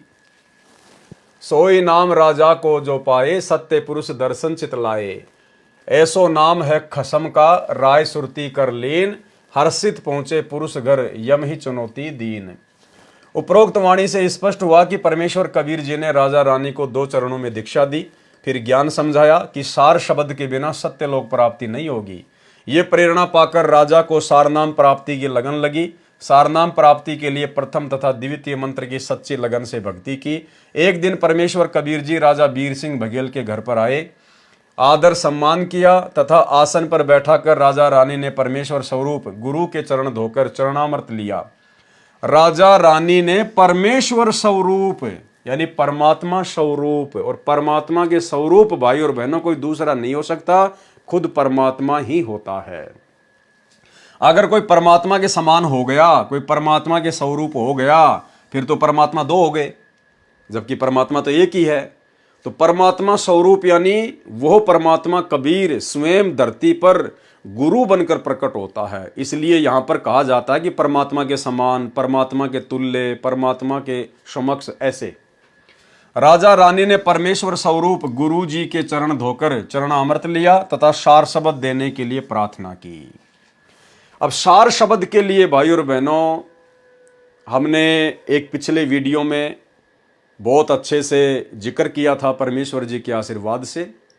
यहां परमात्मा ने सार शब्द का जिक्र किया, सतनाम का जिक्र किया, प्रथम मंत्र का जिक्र किया, केवल ये प्रमाणित करने के लिए कि वर्तमान में जो दीक्षा दी जा रही है उनके द्वारा वो सत्य है, क्योंकि कबीर परमात्मा भी 650 साल पहले इसी प्रकार से 3 चरण में दीक्षा दिया करते थे।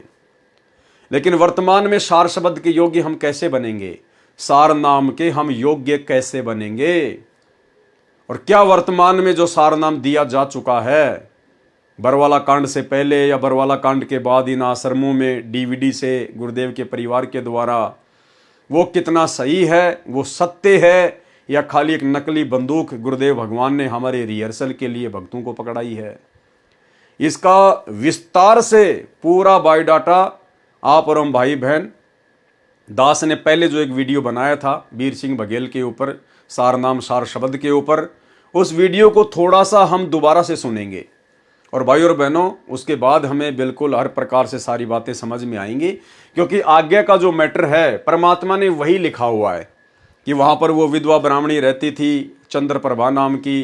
परमेश्वर ने राजा वीर सिंह से कहा कि भाई आप उसके पास जाइए, मुझे एक धोती की आवश्यकता है। उस ब्राह्मणी ने गंगा जी का जल लाकर अपने आंगन में कपास उगाकर उसने सूत काट कर और जगन्नाथ भगवान के लिए जो है एक वो साड़ी बनाई है। वो साड़ी, वो धोती आप ले आओ, फिर आपको सार शब्द दूंगा। राजा वीर सिंह गया, ब्राह्मणी ने उसको मना कर दिया। फिर वो जगन्नाथ गई, फिर जगन्नाथ से आकाशवाणी हुई, धोती बाहर आंगन में फेंक दी। वापस वहाँ से रोती रोती आई और भविष्यवाणी हुई थी कि नालायक, वो जगन्नाथ तो काशी में बैठा है कबीर। जब उस जगन्नाथ ने तेरे से धोती मंगाई थी तूने उस समय क्यों नहीं दी? अब हम भी स्वीकार नहीं करेंगे। तो पूरा मैटर परमात्मा ने दया बख्शी हुई है। दास ने इसी कबीर सागर के सरलार्थ के ऊपर जो पहले वीडियो बनाए हैं उनमें ये प्रकरण हम पहले ले चुके हैं। तो दास उसी वीडियो को थोड़ा सा, जो केवल सार शब्द तक का मैटर है, उतना हम सुनेंगे। बाकी आगे वही सारा का सारा मैटर लिखा हुआ है, तो आप जी सुनिए। तो देखिए भाई और बहनों, ये वीडियो जो आपको दास दिखाने जा रहा है, इस वीडियो में परमात्मा ने 650 साल पहले काशी नरेश राजा वीर सिंह बघेल को, जब उसने कहा परमात्मा से, जो गुरु रूप में आए हुए थे कबीर परमेश्वर, तो राजा वीर सिंह को सार नाम के बारे में पता चला, सार शब्द के बारे में पता चला। तो राजा वीर सिंह ने कहा, जी गुरु जी दया करो जी, सार नाम दे दो, सार नाम दे दो, सार नाम दे दो, सार शब्द दे दो। तो परमात्मा को तो मालूम था कि वर्तमान में तो किसी को ये मंत्र देना ही नहीं है, कोई योग्य है ही नहीं। ये मंत्र तो मुझे योग्य आत्माओं को कलयुग की पिछली पीढ़ी में देने हैं। लेकिन परमात्मा ने उदाहरण तैयार करने थे कि कलयुग की पिछली पीढ़ी वाले कोई गलती ना कर दे, उसलिए परमात्मा ने वो उदाहरण बनाए धर्मदास जी के माध्यम से, वीर सिंह बघेल के माध्यम से। और परमेश्वर ने क्या कहा, क्या शर्त रखी राजा वीर सिंह के सामने सार शब्द को प्राप्त करने की। और अंत में राजा वीर सिंह को समझ में आ गया कि तू तो प्रथम नाम प्राप्त करने के योग्य भी नहीं है, सार शब्द सार नाम तो बहुत दूर की बात है। ये 4 मिनट का सत्संग हमें बहुत गहरी शिक्षा देगा, बहुत गहरी। जो भाई बहन वर्तमान में सतलोक आश्रमों से अपने गुरुदेव भगवान के ऊपर विश्वास ना करके, उनके बाहर आने का इंतजार ना करके, जो गुरु गद्दारी उन्होंने दिखाई है, ये गुरु गद्दारी में आता है, गुरु के साथ में धोखा करने में आता है। गुरु तुम्हारा संघर्ष कर रहा है भक्ति में समय लाने के लिए, और तुम लोगों ने अपने गुरु से गद्दारी करते हुए, उनके बाहर आने का इंतजार ना करते हुए, उनके ऊपर अविश्वास जाहिर करते हुए, क्या पता गुरु जी आए नहीं आए, हमें सार नाम नहीं मिला तो हम सतलोक कैसे जाएंगे। अरे ड्राइवर के बिना चाहे ट्रेन में जाके बैठ जाओ, कहीं नहीं जा पाओगे। और काल प्रेरणा से सतलोक आश्रम मैनेजमेंट हरियाणा से एक एक पाठ प्रकाश के पैसे देकर और नकली सार शब्द लेकर अपने आप को मुक्त हुआ मानकर घूम रहे हैं। अब उनकी आंखें खुलेंगी कि तुम्हें जो दिया गया है ना, वो तो धोखा है, धोखा। असली सार शब्द कब मिलता है? और आप लोगों के साथ में वही होगा जो राजा वीर सिंह के साथ में हुआ। यानी जब राजा वीर सिंह बघेल ने सार नाम के लिए गुरुदेव से बार बार अर्ज की, तो कबीर परमेश्वर ने कहा कि भाई तेरे को सार नाम दे दूंगा, लेकिन एक शर्त है, वो तेरे को पूरी करनी पड़ेगी। बोला जी क्या? आदेश करो। बोला तेरे नगर में, तेरे राज्य में एक विधवा ब्राह्मणी रहती है, वो तेरी गुरु बहन है, उसने भी उपदेश लिया हुआ है। राजा को इस बात का पता नहीं था। और परमेश्वर ने कहा था कि ऐसे वैसे उसने गंगा जी का जल ला लाकर अपने आंगन में एक बाड़ी बनाकर कपास की खेती करके अपने हाथों से सूत काट के उसने एक साड़ी बनाई है। वो साड़ी यदि आप ले आओ उससे, तो मैं आपको आते सार नाम दे दूंगा। तो वीर सिंह बड़ा खुश हुआ कि ये तो बहुत ही छोटा सा काम है, बड़ा आसान काम है। और 2-4 सैनिकों को भेज दिया कि बहन को जाके बता दो कि राजा आ रहा है। वीर सिंह वहां चला जाता है। बोला बहन मुझे गुरुदेव आज सार नाम देंगे, और उन्होंने एक शर्त रखी है कि आपके पास में एक साड़ी है, मुझे वो चाहिए। तो उसने कहा कि भाई मेरे पास तो बहुत सारी साड़ी है, ले जाओ। उसने कहा कि बहन जी बहुत सारी नहीं, वो साड़ी चाहिए जो आपने इस प्रकार से गंगा जी से जल लाकर अपने आंगन में जो है वो कपास उगाकर अपने हाथों से जगन्नाथ भगवान के लिए जो साड़ी बनाई है ना, वो मुझे चाहिए। तो उसने कहा कि भैया ये साड़ी तो मैं नहीं दे सकती, और चाहे कितनी साड़ी ले जा, लेकिन ये साड़ी मैं नहीं दूंगी। और उसने कह दिया था कि ये साड़ी तो मैंने मेरे जगन्नाथ भगवान के ऊपर चढ़ाने के लिए बनाई है, ये मैं नहीं दे सकती, चाहे तू मुझे अपने राज्य से निकाल दे। अब मायूस होकर राजा वीर सिंह बघेल चला गया। परमात्मा ने बात पूछी तो वीर सिंह ने सारी बात बता दी। तो अंतर्यामी परमात्मा ने कहा कि भाई वो क्या करेगी उस साड़ी का। बोला जी वो कह रही थी कि मैं अपने भगवान जगन्नाथ के वहां चढ़ाऊंगी जाके। तो परमात्मा ने देखा कि ये तो मायूस हो गया राजा वीर सिंह। परमात्मा ने कहा कि भाई एक काम कर, चल मैं शर्त को थोड़ा ढीला कर देता हूं। तो ऐसा कर, जब वो साड़ी जगन्नाथ भगवान के चढ़ाने के लिए जाए उस समय कुछ सैनिक साथ में भेज देना। लड़की की जात है, लंबा रास्ता है, चोर उचक्कों का कुछ पता नहीं। और जब वो लड़की साड़ी चढ़ाकर जगन्नाथ में वापस आ जाएगी उस समय मैं तेरे को सार नाम दे दूंगा। राजा बड़ा खुश हुआ और सैनिकों को भेज दिया अपनी बहन के पास कि बहन को जाके बोल दो अपनी बहन को पालकी में बैठा के ले जाऊंगा, रथ में बैठा के ले जाऊंगा। सैनिक गए, सारी बात बताई। उसने कहा भाई मैं तो पैदल जाऊंगी, पैदल अपने भगवान के। उस ब्राह्मणी ने भी कबीर जी को अपना गुरु बना रखा और जगन्नाथ में उस मूर्ति के ऊपर, उस पत्थर के ऊपर साड़ी चढ़ाने जा रही है। गुरु बना रखा कबीर जी को और भगवान मान रही उस मुर्दा मूर्ति को, जगन्नाथ को। इधर राजा वीर सिंह ने भी गुरु बना रखा कबीर जी को, लेकिन भगवान नहीं मान पा रहा था।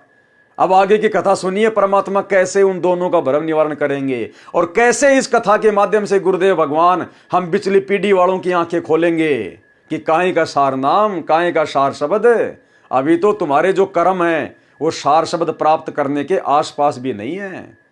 तो गुरुदेव कह रहे हैं इस 4 मिनट के सत्संग के विषय में कि पुण्यात्माओं, केवल ये कथा नहीं है, इसका कितना जबरदस्त निष्कर्ष निकलेगा आपने वो देखना है। तो ध्यान से सुनना भाई और बहनों, ध्यान से देखना है आपने पुण्यात्माओं, ये देखना है आपने इसका निष्कर्ष क्या निकलेगा इस स्टोरी का। ये केवल कथाएं नहीं है, ये हमारे लिए बहुत काम की वस्तु है।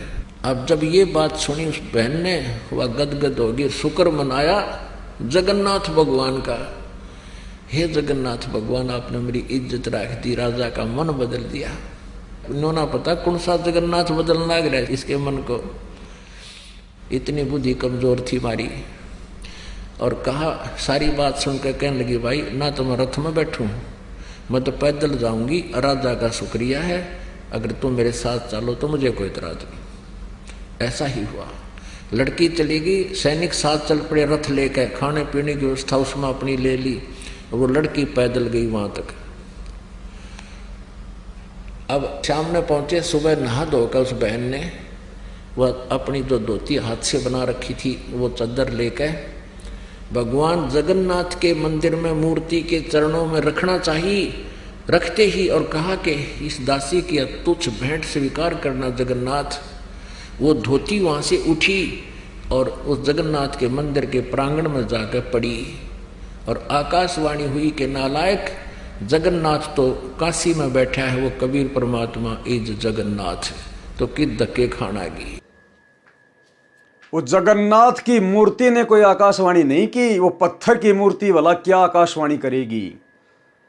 उसी कबीर परमात्मा ने जो 650 साल पहले आए हुए थे, उन्होंने उस मूर्ति के माध्यम से आकाशवाणी की उस बहन का भ्रम तोड़ने के लिए कि नालायक, वो जगन्नाथ, जगतनाथ यानी पूरे संसार को रचने वाला, पूरे संसार का पालन पोषण करने वाला, वो जगन्नाथ कबीर तो काशी में बैठा है, तू यहां कहां धक्के खाने के लिए आ गई इस मूर्ति के ऊपर साड़ी चढ़ाने के लिए। अरे जब उस जगन्नाथ ने काशी में तेरे से साड़ी मंगवाई थी, तूने उसको क्यों नहीं दी? अगर तूने उसको नहीं दी तो हम भी तेरी साड़ी स्वीकार नहीं करेंगे। और साड़ी को फेंक के मारा, आंगन में आके गिरी जगन्नाथ के प्रांगण में।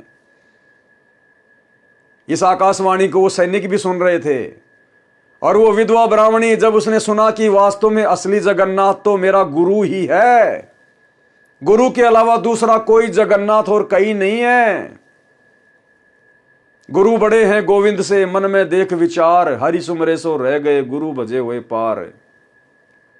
वहीं से रोना शुरू हुई थी और काशी में आके रुकी थी। और आगे क्या हुआ ध्यान से सुनिए।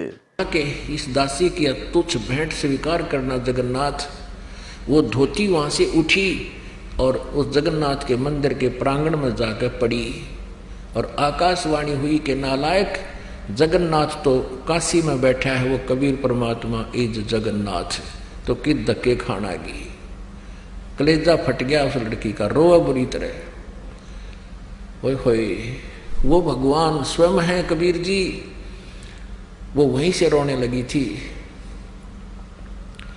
आंखों में इतने आंसू बह गए कि सारे कपड़े भीज गए उस बेटी के, कि मैं कितनी नीच हूं, भगवान कहाँ मैं खोजन की तागी। परमात्मा कहते हैं गुरु मानुष कर जानते ते नर कहिए अंध, महादुखी संसार में अग गई यम के फंद। ठीक इसी प्रकार वर्तमान में वो जगन्नाथ, वो कबीर भगवान तो बैठा हिसार जेल में, और तुम उस दाढ़ी मूछ वाली नकली कबीर की फोटो को जगन्नाथ मानकर उसका प्रकट दिवस मना रहे हो, धक्के खा रहे हो इन आश्रमों में, इन पत्थरों में जा जाके सिर मार रहे हो, जो इनके महीने में आश्रमों में जा जाके ड्रामेबाजी कर रहे हो। अरे जगन्नाथ तो बैठा हिसार जेल में। और पिछले वीडियो में आपको दिखा दिया गुरुदेव का हिसार जेल से आया हुआ लेटर, जिसमें गुरुदेव ने 2018 में कह दिया था कबीर प्रकट दिवस से पहले कि मत मनाना, कबीर जी तो मेरे साथ हिसार जेल नंबर 2 में बैठे हैं। उसके बाद भी तुम लोगों ने 2028 में रोहतक के पशु मेला ग्राउंड में कबीर प्रकट दिवस मनाया और इतना भयंकर तूफान आया, इतनी भयंकर बारिश आई, सब कुछ अस्त व्यस्त हो गया। अरे ये गलती तो 650 साल पहले की थी उस विधवा ब्राह्मणी ने। और वो सत्संग सुनने के बाद भी, क्या गुरुदेव ने आपको सत्संग नहीं सुनाए?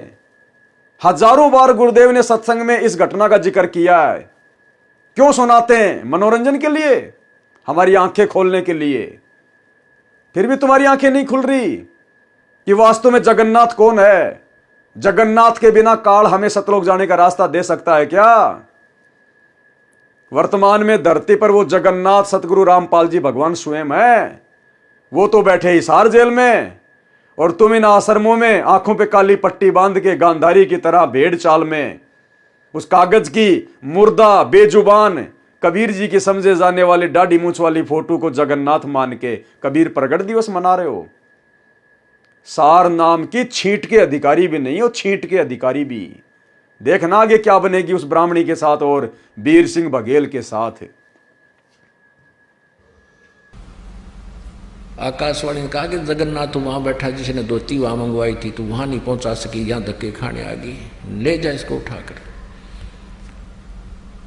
अब ये आकाशवाणी सुनी उन सैनिकों ने भी, वापस आ गई रोती हुई।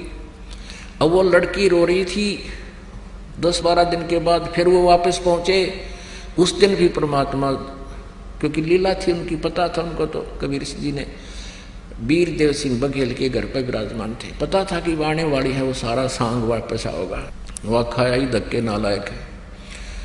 अब पहले पता किया कि कबीर साहब के घर पे गए, पता लगा कि राजा के यहाँ पहुंचे हैं।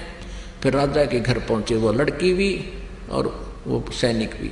लड़की रो रही, उसको उसमें बोला नहीं जा रहा, चरणों में गिर गई भगवान कबीर साहब के, और ऐसे रो रही है कि उस पर आवाज निकल रही, गला कति रुंध गया उसका, ना कुछ बता पा रही है। अब राजा ने सोचा भाई के बिजली गिर गई इस लड़की पे, और गुरुजी ने तो कहा था इसको कोई दुख ना होना चाहिए, और क्या आपत्ति आ गई, और ये रो रही है, अब मुझे नाम मिला नहीं, क्योंकि भगवान ने कहा था इसको कष्ट नहीं होना चाहिए।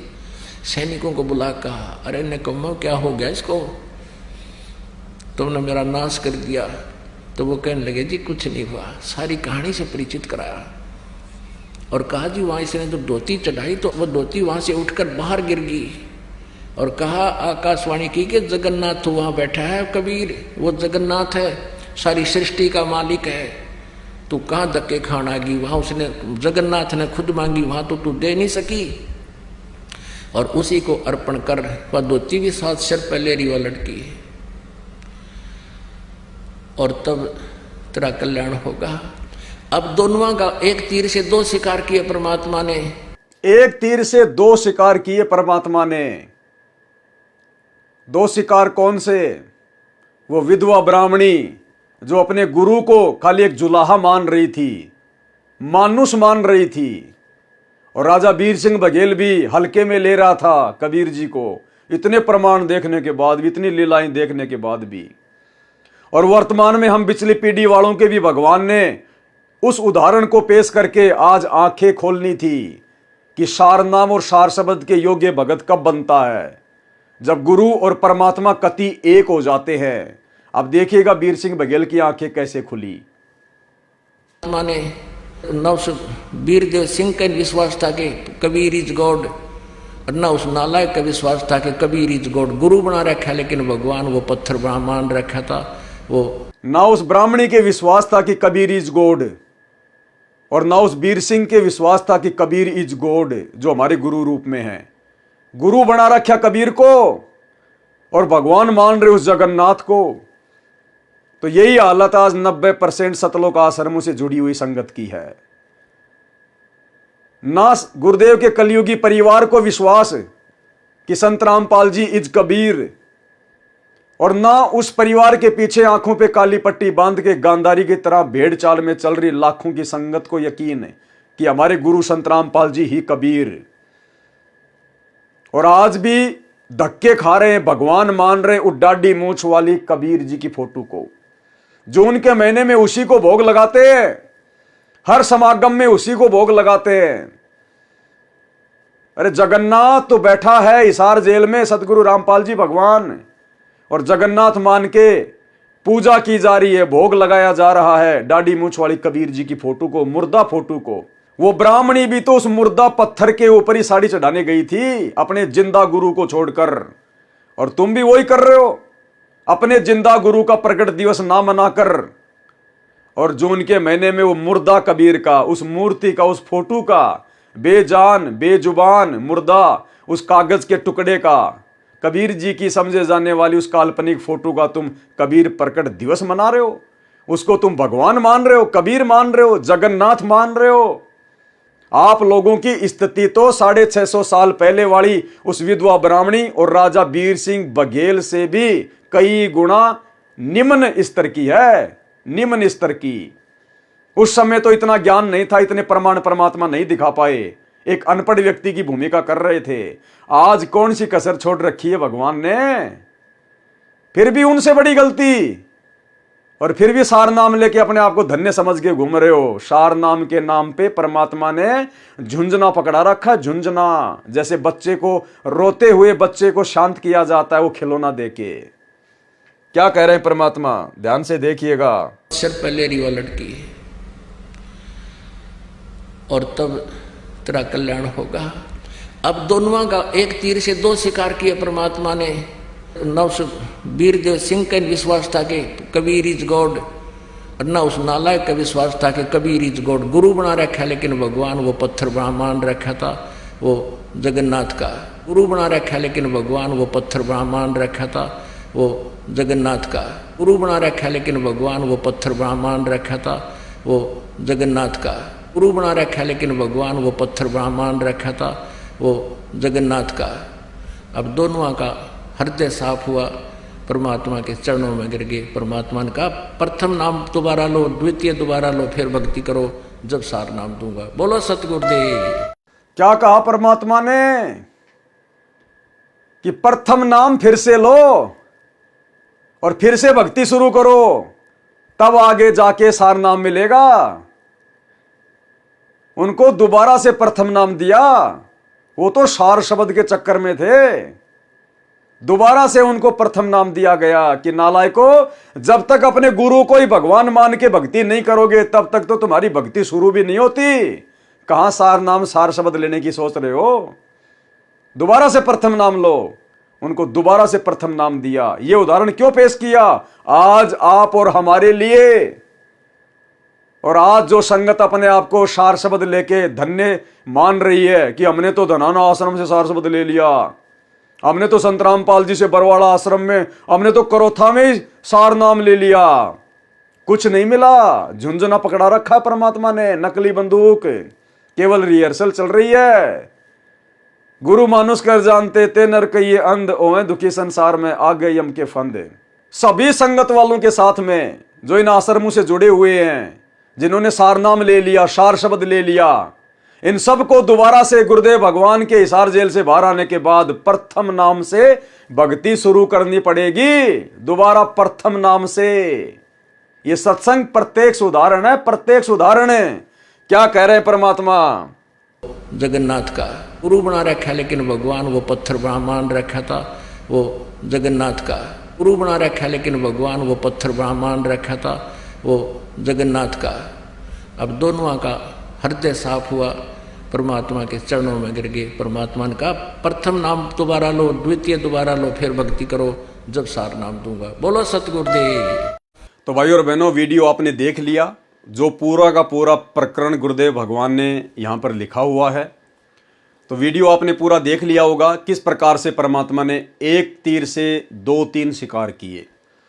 परमात्मा ने उस विधवा ब्राह्मणी चंद्र प्रभा की बुद्धि को भी सेट करना था कि नालायक, तूने गुरु बना रखा मुझे, और जगन्नाथ यानी परमात्मा मान रही है पत्थर की मूर्ति को। उधर राजा वीर सिंह बघेल को भी परमात्मा ने सत्यता से परिचित करवाना था कि भैया ये सार शब्द इतनी आसानी से नहीं मिलता। जब तक आप अपने गुरु को परमात्मा नहीं मानोगे, ये सार शब्द प्राप्त करने के योग्य नहीं बन सकते। तो वीडियो हमने देख लिया, थोड़ा सा हम इसको पढ़ेंगे। ये लास्ट पेज है, इसमें परमात्मा ने नीचे थोड़ा सा निष्कर्ष दिया हुआ पूरी राम कहानी का सारांश। इस प्रसंग से सिद्ध हुआ कि परमेश्वर कबीर जी दीक्षा कर्म 3 चरणों में पूरा करते थे। एक बात यह भी सिद्ध हुई कि जब तक हम गुरु जी को परमात्मा नहीं मानेंगे, क्या कह रहे हैं पूज्य गुरुदेव, कि इस पूरी कहानी से जो राजा वीर सिंह बघेल की आपने सुनी है, इसका एक निष्कर्ष यह भी निकलता है कि जब तक हम अपने गुरु को ही पूर्ण परमात्मा नहीं मानेंगे, पूर्ण परमात्मा के समान नहीं लिखा, पूर्ण परमात्मा के तुल्य नहीं लिखा, जब तक गुरु को ही पूर्ण परमात्मा नहीं मानेंगे तो मोक्ष के अधिकारी नहीं बन सकते। भाई मोक्ष प्राप्त नहीं कर सकते। सांसारिक सुख मिल जाएंगे, दुनिया भर के लाभ मिल जाएंगे, मनुष्य जन्म मिल जाएंगे बारंबार, और फिर 84 लाख योनियां भी मिल जाएंगी, लेकिन मोक्ष नहीं मिल पाएगा जब तक हम इस कबीर परमेश्वर के सत भक्ति मार्ग में गुरु रूप में आए हुए कबीर परमेश्वर को परमेश्वर नहीं मानेंगे। यानी वर्तमान में वही कबीर परमेश्वर वर्तमान में सतगुरु रामपाल जी के स्वरूप में अपने वास्तविक सतलोकी रूप में धरती पे प्रकट है। इनके अलावा यदि हम उस कागज के टुकड़े को, कबीर जी की समझे जाने वाली दाढ़ी मूछ वाली फोटो को परमात्मा मानेंगे, तो भाई और बहनों हमारा मोक्ष नहीं हो सकता। इसलिए परमात्मा ने सात संगति से जुड़े हुए भाई बहनों पे दया बख्शी है। हम सभी सत्सेवक भाई बहनों ने उस कागज के टुकड़े को, नकली कबीर जी की समझे जाने वाली फोटो को अपने घर से, अपने दरबार से, अपने लॉकेट से बाहर निकाल दिया है। तभी हम पूर्ण मोक्ष प्राप्त कर पाएंगे, अन्यथा बात नहीं बनेगी। बाकी तो आपने वीडियो में सब कुछ जान लिया, देख लिया, समझ लिया, लेकिन यह सारांश में परमात्मा ने और स्पष्ट कर दिया है। एक बात यह भी सिद्ध हुई कि जब तक हम गुरु जी को परमात्मा नहीं मानेंगे, और गुरु जी को परमात्मा मानने की पहचान है कि गुरु जी के अलावा और जिस भी फोटो में हम लोग अभी तक अपनी नादानी के चलते, ज्ञानहीनता के चलते, जिसको हम भगवान मान के बैठे हैं, दाढ़ी मूछ वाली कबीर जी की फोटो को, उसको अपने घर से बाहर निकाल देना, दरबार से बाहर निकाल देना। आपके घर में केवल आपको चारों तरफ एक ही फोटो नजर आनी चाहिए, अपने गुरुदेव भगवान की, तो आप इस लाइन पर खड़े उतरेंगे, अन्यथा भाई मोक्ष से दूर रहेंगे। तो एक बात यह भी सिद्ध हुई कि जब तक हम गुरु जी को परमात्मा नहीं मानेंगे तो मोक्ष के अधिकारी नहीं बन सकते। यह वीर सिंह बघेल काशी नरेश की यथार्थ कथा है। इस प्रकार वीर सिंह बोध में बिजली खान पठान की कथा भी लिखी है, वह पूर्ण रूप से गलत है। यथार्थ कथा इस प्रकार है। तो आज के वीडियो में हम केवल इतना ही लेंगे। कल परमेश्वर की रजा से हम लोग बिजली खान पठान और अन्य महापुरुषों की जो कथाएं हैं परमेश्वर ने आगे जिक्र किया हुआ है, उन कथाओं से भी आप और हमारे को बहुत कुछ अध्यात्म से रिलेटेड बातें सीखने को और समझने को मिलेंगी। तो भाई और बहनों, हमने पूज्य गुरुदेव जी के कर कमल से लिखे हुए इस पवित्र ग्रंथ को केवल टाइम पास या मनोरंजन की दृष्टि से नहीं पढ़ना है। आप और हम भाई बहनों ने इसका निष्कर्ष निकालना है। हम भगत भाई बहन आज से पहले निष्कर्ष नहीं निकाल पा रहे थे। हम इस पवित्र कबीर सागर को पढ़ भी रहे थे, अन्य पुस्तकों को भी हमने पढ़ा, लेकिन वो सार नहीं निकाल पा रहे थे। भाई जब गुरुदेव भगवान ने सत्संगों में सारी बात बोल दी है तो फिर पुस्तकें क्यों लिखी? वही बातें तो उन्होंने अपने सत्संगों में कही है, लेकिन पुस्तकों में परमेश्वर ने कुछ विशेष बातें अंकित की हैं, कुछ सांकेतिक रूप में, कुछ स्पष्ट रूप में। तो आज से पहले हम नहीं समझ पा रहे थे, कोई बात नहीं। अब परमेश्वर ने सात संगतियों की शुरुआत करके दया बख्श दी है। अब सात संगतियों के माध्यम से इन पुस्तकों के ऊपर जो वीडियो बन रहे हैं, और बहुत सारी पुस्तकों के ऊपर वीडियो बन चुके हैं, अब परमेश्वर की दया से, उनकी विशेष कृपा से आप और हम सभी भाई बहन गुरुदेव के उन संकेतों को बहुत अच्छे से समझ पा रहे हैं और समझकर अपने जीवन में भी लागू कर रहे हैं। और इसी से भाई और बहनों हमारा यहाँ से पूर्णतया छुटकारा होगा, क्योंकि परमात्मा भक्ति की खुराक खिलाने में कोई भी कमी किसी भी प्रकार की नहीं छोड़ेंगे। यदि कमी रहेगी तो आप और हमारी रहेगी। तो भाई और बहनों बहुत बड़ी दया पूज्य गुरुदेव भगवान की। आज के वीडियो में केवल इतना ही। कल रात्रि 8 बजे सभी भाई बहन लाइव जुड़िए। तब तक गुरुदेव भगवान हम सबको आज्ञा दें, इजाज़त दें, आशीर्वाद दें। बंदी छोड़ सतगुरु रामपाल जी भगवान की जय हो।